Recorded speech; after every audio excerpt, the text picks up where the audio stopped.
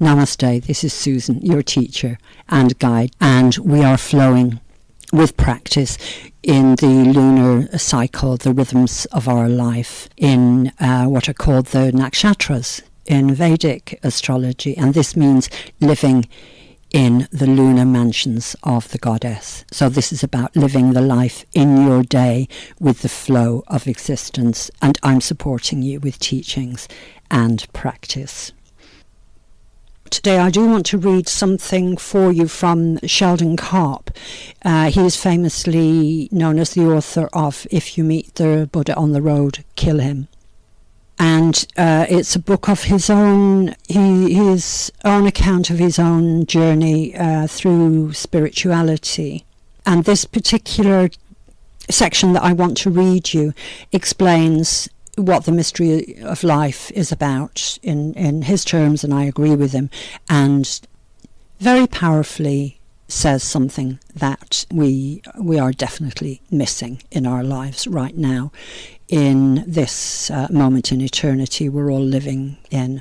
Would you have more meaning in the story of the life in your day?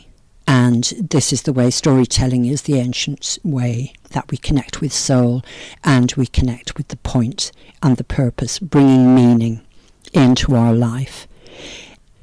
So this is from Sheldon Kopp's book on his spiritual journey, and it's called The Hanged Man. The book is called The Hanged Man. He goes through the tarot and divination and other methods from the ancient Eastern wisdom paths to freedom. The myth is everyone's story. In the early history of man, and remaining still in those cultures which are primitive, dreams and myths are seen as religious realities. They constitute an unquestioned, culture-determining aspect of life.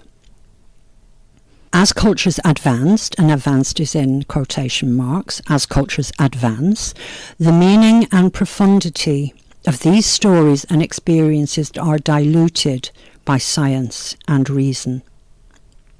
However, science has just not done the job, and so more recently man has become aware of some loss. Explanations do not satisfy.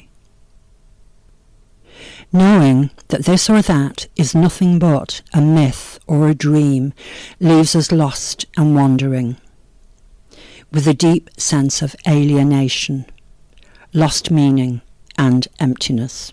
And so in our century, technology, once the promise of happiness, has now become the threat not only to our way of life, but perhaps to its very continuance. Poets, thinkers and social scientists are open to restoring the larger significance of myths and dreams. They experience new hope in the possibility of our recapturing the wisdom of childhood, the power of innocence, the sophistication of the primitive. As a result, a new approach to myths and dreams has been used as a means of regaining access to lost existential truths. Symbolism and an intuitive approach to meaning reopen the possibility of contact with the transpersonal substance of being human. Reducing myths and dreams to simple things that we can explain, and thus come to feel that we can understand more completely, drains the cultures which such myths and dreams once supported and to which they once provided substance.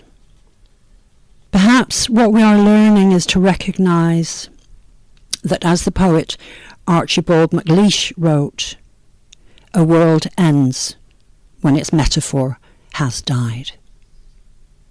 Because I'm encouraging you to journal and to look at your daily life as a life in your day, living with the rhythms and the flow of existence, flowing through all of us, which we all experience in our own ways, which is what your journal is about, then we can reactivate the wisdom that we know of in yoga. When you have attained initiation and you're practicing at the level of guru principle, we call it the return to innocence.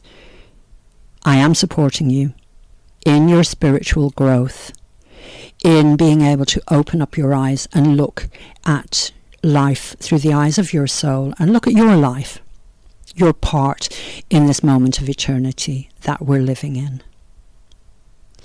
So namaste. Enjoy your day. Enjoy this life which is supposed to bring you happiness. You can check the description box below. The usual links are there. And once again, namaste. This is SuZen, and this is for your healing.